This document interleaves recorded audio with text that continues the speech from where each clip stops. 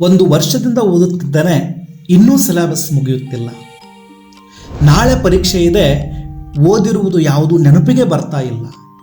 ನನ್ನ ಸ್ನೇಹಿತನು ನನಗಿಂತ ಹೆಚ್ಚು ಓದಿದ್ದಾನೆ, ನನ್ನ ಗೆಳತಿ ನನಗಿಂತ ಹೆಚ್ಚು ಓದಿದ್ದಾಳೆ. ನನಗೆ ಇನ್ನೂ ಓದಬೇಕಿತ್ತು, ಓದಲು ಸಮಯವಿಲ್ಲ. ನಾಳೆಯೇ ಪರೀಕ್ಷೆ ಇದೆ. ಪರೀಕ್ಷೆ ಕೊಠಡಿಯವರೆಗೆ ಹೋಗುವವರೆಗೂ ಕೂಡ ಓದುತ್ತಾ ಹೋಗೋಣ, ಮತ್ತಷ್ಟು ವಿಷಯವನ್ನು ನಾವು ಕವರ್ ಮಾಡಬಹುದು. ಈ ತರಹದ ಅನೇಕ ಪ್ರಶ್ನೆಗಳು ನಮ್ಮಲ್ಲಿ ಮನೆ ಮಾಡಿಕೊಂಡಿವೆ. ಈ ಎಲ್ಲ ಪ್ರಶ್ನೆಗಳನ್ನು ಬದಿಗಿರಿಸಿ ಪರೀಕ್ಷೆಯನ್ನು ಯಶಸ್ವಿಯಾಗಿ ಬರೆಯಲು ಮುಂದಾದಾಗ ಅನೇಕ ರೀತಿಯ ಗೊಂದಲಗಳು ನಮ್ಮಲ್ಲಿ ಉಂಟಾಗಿ ನಾವು ಯಶಸ್ವಿಯಾಗಿ ಪರೀಕ್ಷೆ ಬರೆಯಲು ಅಡೆತಡೆಗಳನ್ನು ಉಂಟು ಮಾಡುವಂಥ ಸಾಧ್ಯತೆಗಳಿದೆ. ಅಂಥ ಅಡೆತಡೆಗಳು ನಿಮಗೆ ಬರಬಾರದು ಎನ್ನುವ ಉದ್ದೇಶದಿಂದಲೇ ಇವತ್ತಿನ ಈ ಒಂದು ವಿಶೇಷವಾಗಿರುವಂಥ ವಿಡಿಯೋ ನಿಮಗೋಸ್ಕರ ಇರುವಂಥದ್ದು. ಸ್ನೇಹಿತರೆ, ಒಂದು ಇಂಟ್ರೆಸ್ಟಿಂಗ್ ಆಗಿರುವಂಥ ಸಿಂಪಲ್ ಆಗಿರುವಂಥ ಒಂದು ಕಥೆಯ ಮೂಲಕ ಈ ಒಂದು ವಿಡಿಯೋವನ್ನು ಮುಂದುವರಿಸೋಣ. ಸ್ನೇಹಿತರೆ, ಇಬ್ಬರು ಬ್ರದರ್ಸ್ ಇರ್ತಾರೆ. ಒಬ್ಬನು ಅನಿಲ್, ಇನ್ನೊಬ್ಬನು ಸುನೀಲ್. ಅನಿಲ್ ಮತ್ತು ಸುನೀಲ್ ಇಬ್ಬರೂ ಕೂಡ IAS ಓದ್ತಾ ಇರ್ತಾರೆ. ಒಂದೇ ರೂಮ್ನಲ್ಲಿರ್ತಾರೆ, ಒಂದೇ ಥರದ ಪುಸ್ತಕಗಳನ್ನು ಓದ್ತಾರೆ. ಒಟ್ಟಾರೆಯಾಗಿ ಅಧ್ಯಯನ ಮಾಡಿ ಒಟ್ಟಾರೆಯಾಗಿ ಪರೀಕ್ಷೆಯನ್ನು ಬರೀತಾರೆ. ಕೆಲವು ದಿನಗಳ ನಂತರ ಪರೀಕ್ಷೆಯ ರಿಸಲ್ಟ್ ಬರ್ತದೆ. ಆ ಪರೀಕ್ಷೆಯ ರಿಸಲ್ಟ್ ಅತ್ಯಂತ ವಿಚಿತ್ರವಾಗಿರ್ತದೆ. ಪರೀಕ್ಷೆಯ ರಿಸಲ್ಟ್ ಏನಾಗಿರ್ತದೆ ಅಂತಂದರೆ, ಪರೀಕ್ಷೆಯ ಬೋರ್ಡ್ ಮೇಲೆ ಕೇವಲ ಸುನೀಲ್ ಹೆಸರು ಮಾತ್ರ ಇರ್ತದೆ, ಅನಿಲ್ ಹೆಸರು ಇರೋದಿಲ್ಲ. ಅಂದರೆ ಅನಿಲ್ ಪರೀಕ್ಷೆಯಲ್ಲಿ ಫೇಲ್ ಆಗಿದ್ದಾನೆ, ಸುನೀಲನು ಪರೀಕ್ಷೆಯಲ್ಲಿ ಪಾಸ್ ಆಗಿದ್ದಾನೆ.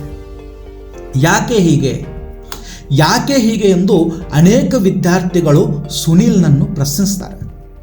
ನೀವಿಬ್ಬರೂ ಸೇರಿ ಒಂದೇ ಸಮಯಕ್ಕೆ ಅಧ್ಯಯನವನ್ನು ಆರಂಭ ಮಾಡಿದರೆ ನಿಮ್ಮಲ್ಲಿ ಅನಿಲ್ ಫೇಲ್ ಆಗುವುದಕ್ಕೆ ಕಾರಣ ಏನು ಅನ್ನುವಂಥ ಪ್ರಶ್ನೆಯನ್ನು ಸುನೀಲನಿಗೆ ಅನೇಕ ವಿದ್ಯಾರ್ಥಿಗಳು ಕೇಳ್ತಾರೆ. ಆಗ ಸುನೀಲ್ ಅವರಿಗೆ ಉತ್ತರವನ್ನು ನೀಡುವುದಕ್ಕೂ ಮೊದಲು ಒಂದು ಪ್ರಶ್ನೆಯನ್ನು ಕೇಳ್ತಾನೆ. ಅನಿಲನು ಪರೀಕ್ಷೆಯ ಮೊದಲನೇ ದಿನ ಏನು ಮಾಡುತ್ತಿದ್ದ ಎಂಬ ಪ್ರಶ್ನೆಯನ್ನು ಕೇಳ್ತಾನೆ. ಆಗ ಜೊತೆಗಿರುವ ಎಲ್ಲ ವಿದ್ಯಾರ್ಥಿಗಳು ಹೇಳ್ತಾರೆ, ಅನಿಲನು ಪರೀಕ್ಷೆಯ ಮೊದಲ ದಿನ ನಿರಂತರವಾಗಿ ಅಧ್ಯಯನದಲ್ಲಿ ತೊಡಗಿದ್ದ, ಪುಸ್ತಕಗಳನ್ನು ಓದ್ತಾ ಇದ್ದ, ಪರೀಕ್ಷಾ ಕೊಠಡಿಗೆ ಹೋಗುವವರೆಗೂ ಕೂಡ ತಮ್ಮಷ್ಟಕ್ಕೆ ತಾನು ಅಧ್ಯಯನದಲ್ಲಿ ತೊಡಗಿಸಿಕೊಂಡಿದ್ದ ಅನ್ನುವಂಥ ಮಾತನ್ನು ವಿದ್ಯಾರ್ಥಿಗಳು ಹೇಳ್ತಾರೆ. ಆಗ ಅನಿಲನು ಈ ಮಾಡಿದ ತಪ್ಪಿನಿಂದ, ಅಂದರೆ ಅನಿಲನು ನಿರಂತರವಾಗಿ ಓದುತ್ತಾ ಇರುವಂಥದ್ದು, ಪರೀಕ್ಷೆಯ ಮೊದಲ ದಿನ ಅಥವಾ ಕೊನೆಯ ಗಳಿಗೆಯಲ್ಲಿ ನಿರಂತರವಾಗಿ ಅಧ್ಯಯನದಲ್ಲಿ ತೊಡಗಿಕೊಂಡಿರುವುದು ಆತನು ಮಾಡಿರುವ ಮೊದಲನೇ ತಪ್ಪು ಅನ್ನುವಂಥ ಮಾತನ್ನು ಸುನೀಲನು ಹೇಳ್ತಾನೆ. ಹಾಗಿದ್ದಾಗ ನೀವೇನು ಮಾಡುತ್ತಿದ್ದೀರಿ? ಪರೀಕ್ಷೆಯ ಒಂದು ದಿನ ಮೊದಲು ತಾವು ಮಾಡಿರುವಂಥ ಅಂಶಗಳೇನು ಅನ್ನುವಂಥ ಪ್ರಶ್ನೆಯನ್ನು ಎಲ್ಲ ವಿದ್ಯಾರ್ಥಿಗಳು ಸುನೀಲನಿಗೆ ಕೇಳ್ತಾರೆ. ಸುನೀಲ್ ಅದಕ್ಕೆ ಹೇಳ್ತಾನೆ, ನಾನು SR ಮೆಥಡನ್ನು ಅನುಸರಿಸಿದೆ. SR ಅಂತಂದರೆ ಸ್ಲೀಪಿಂಗ್ ಆ್ಯಂಡ್ ರಿವಿಷನ್. ಈ ಮೆಥಡನ್ನು ನಾನು ಅನುಸರಿಸಿದೆ. 10 ಗಂಟೆಗಳ ಕಾಲ ನಾನು ನಿದ್ದೆಯನ್ನು ಮಾಡಿದೆ. ನಂತರ ಎದ್ದು ರಿವಿಷನ್ ಮಾಡ್ತಾ ಇದ್ದೆ. ನಾನು 1-2 ವರ್ಷದಿಂದ ಓದಿರುವಂಥ ಪ್ರತಿಯೊಂದು ವಿಷಯವನ್ನು ರಿವಿಷನ್ ಮಾಡ್ತಾ ಇದ್ದೆ. ಯಾವುದೇ ಪುಸ್ತಕಗಳನ್ನು ಮುಟ್ಟಿಲ್ಲ, ಹಾಗೆ ಯಾವುದೇ ರೀತಿಯ ಬರವಣಿಗೆಯಾಗಲಿ ಓದಾಗಲಿ ನಾನು ಮಾಡಿಲ್ಲ. ಕೇವಲ ರಿವಿಷನ್ ಮಾಡ್ತಾ ಇದ್ದೆ. ರಿವಿಷನ್ ಮಾಡುವುದರಿಂದ, ನಿದ್ದೆ ಮಾಡುವುದರಿಂದ ನನಗೆ ಈ ಪರೀಕ್ಷೆಯಲ್ಲಿ ಯಶಸ್ವಿಯಾಗಲು ನನಗೆ ಸಾಧ್ಯವಾಯಿತು ಅನ್ನುವಂಥ ಮಾತನ್ನು ಹೇಳ್ತಾರೆ. ನಿಜಕ್ಕೂ ಸ್ನೇಹಿತರೆ, ನಾವು ನಿದ್ದೆ ಮಾಡೋದರಿಂದ ನಮ್ಮ ಮೆದುಳಿಗೆ ರಿಲ್ಯಾಕ್ಸ್ ಸಿಗುತ್ತೆ, ಅಥವಾ ನಮ್ಮ ಮೆದುಳು ರಿಲ್ಯಾಕ್ಸ್ ಆಗಿರೋದರಿಂದ ನೆಕ್ಸ್ಟ್ ಡೇ ಅದು ನಮಗೆ ಬೇಕಾಗಿರುವಂಥ ಇನ್ಫಾರ್ಮೇಷನನ್ನು ಬೇಗ ಒದಗಿಸುವ ಸಾಧ್ಯತೆ ಹೆಚ್ಚಾಗ್ತದೆ. ಹೀಗಾಗಿ ಪರೀಕ್ಷೆಯ ಮೊದಲು ದಿನ ನಮಗೆ ನಿದ್ದೆಯ ಅವಶ್ಯಕತೆ ಇದೆ, ಜೊತೆಗೆ ರಿವಿಷನ್ ಮಾಡುವಂಥ ಅವಶ್ಯಕತೆ ಕೂಡ ಇದೆ. ಈ ಎರಡೂ ಅಂಶಗಳು ಅತ್ಯಂತ ಪ್ರಮುಖವಾಗಿರುವಂಥದ್ದು. ಪರೀಕ್ಷೆಯ ಕೊಠಡಿಗೆ ಹೋಗುವವರೆಗೂ ಓದುವ ಅವಶ್ಯಕತೆ ಇಲ್ಲ. ಪರೀಕ್ಷೆಯ ಮೊದಲ ದಿನ ಕೇವಲ ಅಧ್ಯಯನದಲ್ಲಿ ತೊಡಗುವಂಥ ಅವಶ್ಯಕತೆ ಇಲ್ಲ, ರಿವಿಷನ್ ಮಾಡುವಂಥ ಅವಶ್ಯಕತೆ ಇದೆ, ಜೊತೆಗೆ ನಿದ್ದೆ ಮಾಡುವಂಥ ಅವಶ್ಯಕತೆ ಕೂಡ ಇದೆ. ಜೊತೆಗೆ ಸುನೀಲನು ಇನ್ನೊಂದು ಮಾತನ್ನು ಕ್ಲಿಯರ್ ಮಾಡ್ತಾನೆ. ಏನು ಅಂತಂದರೆ, ಪರೀಕ್ಷೆಯ ಒಂದು ದಿನ ಮೊದಲಿನಿಂದ ನಾನು ಯಾವುದೇ ನನ್ನ ಸ್ನೇಹಿತರೊಂದಿಗೆ ಮಾತಾಡಲಿಲ್ಲ, ಯಾರೊಂದಿಗೂ ಕೂಡ ಯಾವುದೇ ವಿಷಯವನ್ನು ಚರ್ಚಿಸಲಿಲ್ಲ.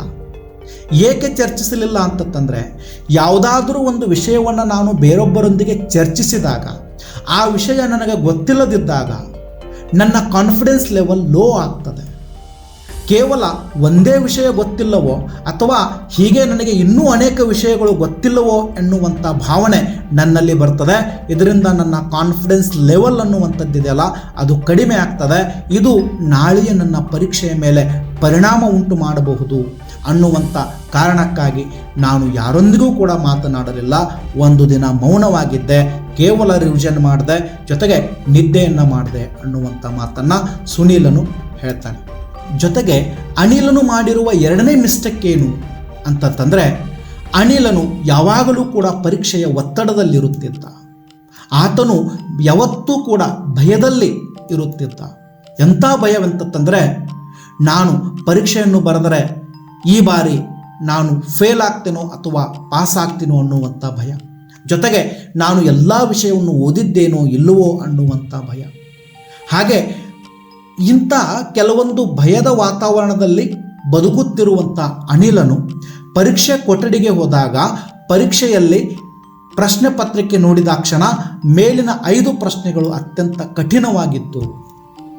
ಆ 5 ಪ್ರಶ್ನೆಗಳನ್ನು ನೋಡಿದಾಕ್ಷಣ ಅನಿಲನಿಗೆ ಸಂಪೂರ್ಣವಾಗಿ ಪರೀಕ್ಷೆ ಇದೇ ಥರ ಬಂದಿದೆಯೇನೋ ಅನ್ನುವಂಥ ಭಯ ಕೂಡ ಕಾಡಲು ಆರಂಭಿಸಿತು. ಅನಿಲನಿಗೆ ಬರುವ 95 ಪ್ರಶ್ನೆಗಳು ಕೆಳಗಡೆ ಇತ್ತು, ಆದರೆ ಅವನು ಮೇಲಿನ 5 ಪ್ರಶ್ನೆಗಳನ್ನು ನೋಡಿ ಗಾಬರಿಗೊಂಡು ತನಗೆ ಬರುವ 95 ಪ್ರಶ್ನೆಗಳಿಗೂ ಕೂಡ ಸಮಂಜಸವಾಗಿ ಉತ್ತರವನ್ನು ನೀಡಲಿಲ್ಲ. ಆತನಿಗೆ ಅದು ಕೂಡ ಫೇಲ್ ಆಗಲು ಒಂದು ಕಾರಣವಾಯಿತು.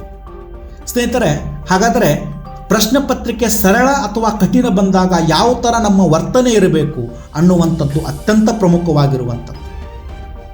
ಒಂದು ವೇಳೆ ಪ್ರಶ್ನೆ ಪತ್ರಿಕೆ ಕಠಿಣವಾಗಿದ್ದಾಗ ನಾವು ಅಂದುಕೊಂಡಬೇಕಾಗಿರುವಂಥ ಅಥವಾ ನಾವು ವಿಚಾರ ಮಾಡಬೇಕಾಗಿರುವಂಥದ್ದು ಏನು ಅಂತಂದರೆ, ಈ ಪ್ರಶ್ನೆ ಪತ್ರಿಕೆ ಕೇವಲ ನಮಗೆ ಮಾತ್ರ ಕಠಿಣವಾಗಿಲ್ಲ, ಪ್ರತಿಯೊಬ್ಬರಿಗೂ ಕೂಡ ಕಠಿಣವಾಗಿದೆ. ಹಾಗಾಗಿ ನಾನು ಬರೆಯುವ ಉತ್ತರಗಳು ನಿಖರವಾಗಿಯೇ ಬರೆಯಬೇಕು ಮತ್ತು ಗಾಬರಿಗೊಳ್ಳದೆ ಬರೆದಾಗ ಮಾತ್ರ ಈ ಕಠಿಣವಾಗಿರುವಂಥ ಪರೀಕ್ಷೆಯನ್ನು ಎದುರಿಸುವುದಕ್ಕೆ ಸಾಧ್ಯ ಇದೆ. ಹೀಗಾಗಿ ಕಠಿಣವಾಗಿರುವಂಥ ಪ್ರಶ್ನೆಗಳು ಬಂದಾಗ ಗಾಬರಿಗೊಳ್ಳುವ ಅವಶ್ಯಕತೆ ಇಲ್ಲ. ನಿನ್ನ ಹಾಗೆಯೇ ಈ ಪ್ರಶ್ನೆ ಪತ್ರಿಕೆ ಮತ್ತೊಬ್ಬರಿಗೂ ಕೂಡ ಕಠಿಣವಾಗಿದೆ. ಹಾಗಾಗಿ ಇಲ್ಲಿ ಕಠಿಣ ಪರೀಕ್ಷೆಯಲ್ಲಿ ಯಶಸ್ವಿಗೊಳ್ಳುವ ಸಾಧ್ಯತೆಯೂ ಕೂಡ ಹೆಚ್ಚಿರ್ತದೆ. ಗಾಬರಿಗೊಳ್ಳದೆ ಪರೀಕ್ಷೆಯನ್ನು ಎದುರಿಸಿದಾಗ ಮಾತ್ರ ಈ ಥರದ ಪ್ರಶ್ನೆ ಪತ್ರಿಕೆಯನ್ನು ನಾವು ಎದುರಿಸಲು ಸಾಧ್ಯವಿದೆ. ಒಂದು ವೇಳೆ ಪ್ರಶ್ನೆ ಪತ್ರಿಕೆ ಅತ್ಯಂತ ಸರಳವಾಗಿ ಬಂದಾಗ, ಪ್ರಶ್ನೆ ಪತ್ರಿಕೆ ಯಾವಾಗ ಸರಳವಾಗಿರುತ್ತದೆಯೋ ಅಲ್ಲಿ ನಾವು ಮಾಡುವಂಥ ತಪ್ಪುಗಳ ಸಂಖ್ಯೆ ಹೆಚ್ಚಾಗಿರ್ತದೆ. ಯಾಕೆ ಅಂತಂದರೆ, ಸರಳ ಪ್ರಶ್ನೆ ಪತ್ರಿಕೆಯನ್ನು ನೋಡಿದಾಗ ಒಂದು 5-6 ಪ್ರಶ್ನೆಗಳನ್ನು ನಾವು ಸರಳವಾಗಿರುವಂಥ ಪ್ರಶ್ನೆಗಳನ್ನು ನೋಡಿದಾಗ ನಮ್ಮಲ್ಲಿ ಓವರ್ ಕಾನ್ಫಿಡೆನ್ಸ್ ಹೆಚ್ಚಾಗ್ತದೆ. ಕಾನ್ಫಿಡೆನ್ಸ್ ಲೆವೆಲ್ ಜಾಸ್ತಿ ಆಗೋದರಿಂದ ನಾವು ಉತ್ತರಗಳನ್ನು ಮತ್ತು ಪ್ರಶ್ನೆಗಳನ್ನು ಓದುವಾಗ ಮತ್ತು ಉತ್ತರವನ್ನು ನೀಡುವಾಗ ನಾವು ಅತಿ ಅವಸರವನ್ನು ಮಾಡ್ತೇವೆ. ಈ ಅವಸರವೇ ಅಪಾಯಕ್ಕೆ ಕಾರಣವಾಗುವಂಥದ್ದು. ಹೀಗಾಗಿ ಸರಳ ಪ್ರಶ್ನೆಗಳು ಬಂದಾಗ ಬಹಳಷ್ಟು ಜಾಗರೂಕತೆಯಿಂದ ಪ್ರಶ್ನೆಗಳನ್ನು ಓದಿ ಉತ್ತರವನ್ನು ನೀಡಿ.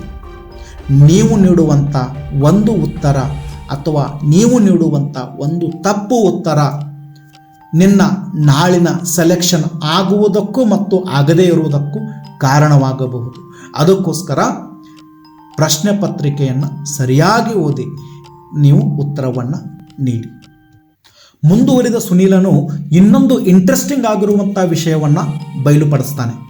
ಏನು ಅಂತಂದರೆ, ನಮ್ಮಲ್ಲಿ ಎಷ್ಟೋ ಜನರು ಅಂತಂದರೆ ನಾವೆಲ್ಲರೂ ಕೂಡ ಬಹಳಷ್ಟು ಕಡೆ ಉತ್ತರಕ್ಕೆ ಹೆಚ್ಚು ಒತ್ತನ್ನು ನೀಡಿ ಅಂತಂದರೆ ಉತ್ತರ ಬರೆಯುವಲ್ಲಿ ಹೆಚ್ಚು ಗಮನವನ್ನು ನೀಡಿ ಪ್ರಶ್ನೆಯನ್ನು ಕಡೆಗಣಿಸ್ತೇವೆ, ಪ್ರಶ್ನೆ ಓದುವುದನ್ನು ಕಡೆಗಣಿಸ್ತೇವೆ.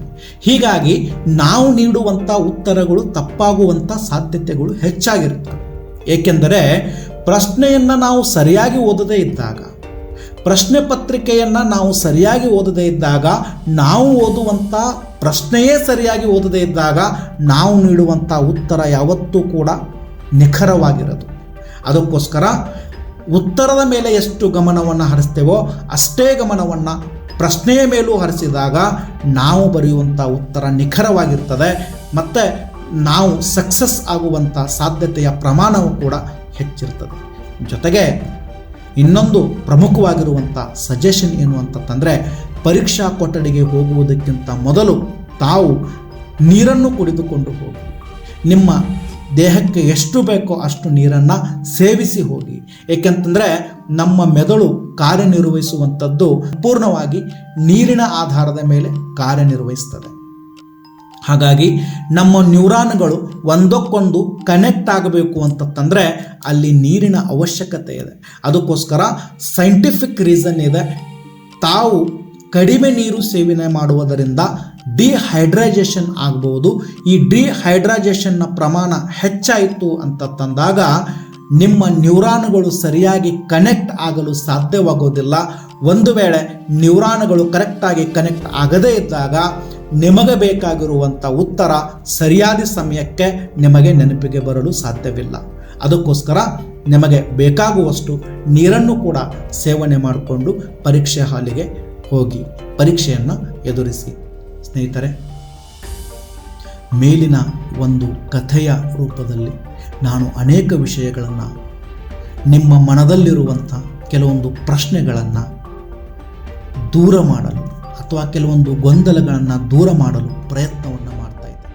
ನಾವು ಕಳೆದ 1-2 ವರ್ಷದಿಂದ ನಿರಂತರವಾಗಿ ಓದ್ತಾ ಇದ್ದೇವೆ.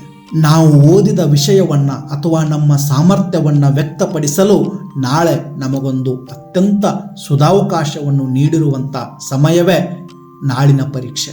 ನಮ್ಮನ್ನು ಕೀಳಾಗಿ ಕಾಣುವ ಸಮಾಜದಲ್ಲಿ ನಮ್ಮಷ್ಟಕ್ಕೆ ನಾವು ಸಮರ್ಥರನ್ನಾಗಿ ತೋರಿಸಿಕೊಳ್ಳಲು ಇದೊಂದು ಅತ್ಯಂತ ದೊಡ್ಡ ಅವಕಾಶ. ನುಗ್ಗಿ, ಬಿರುಗಾಳಿಯಂತೆ ನುಗ್ಗಿ. ನಿಮ್ಮನ್ನು ತಡೆಯಲು ಈ ಜಗತ್ತಿನಲ್ಲಿ ಯಾವುದೇ ಶಕ್ತಿಗೂ ಸಾಧ್ಯವಿಲ್ಲ. ನಿಮ್ಮಲ್ಲಿ ಒಂದು ಅಗಾಧವಾಗಿರುವಂಥ ಶಕ್ತಿ ಇದೆ. ಆ ಶಕ್ತಿಯನ್ನು ಹೊರಹಾಕಿ ಸಕ್ಸಸ್ ಅನ್ನುವಂಥದ್ದು ತಾನಾಗಿಯೇ ನಿಮ್ಮನ್ನು ಕರೆಯುತ್ತದೆ, ತಾನಾಗಿಯೇ ಸೋಪಾನದಂತೆ ನಿಮಗೆ ದೊರೆಯುತ್ತದೆ. ಎಲ್ಲಿ ಬೇಜಾರಾಗುತ್ತದೆಯೋ, ಎಲ್ಲಿ ನಿಮಗೆ ಅತ್ಯಂತ ಕಠಿಣ ಪರಿಸ್ಥಿತಿ ಅನಿಸುತ್ತದೆಯೋ ಅಲ್ಲಿ ನಿಮ್ಮ ತಂದೆ ತಾಯಿಯನ್ನು ಒಮ್ಮೆ ನೆನೆಸಿಕೊಳ್ಳಿ. ಎಲ್ಲವೂ ಕೂಡ ಸರಳವಾಗುತ್ತದೆ. ಎಲ್ಲರಿಗೂ ಒಳ್ಳೆಯದಾಗಲಿ. Best luck. ನಮಸ್ಕಾರ.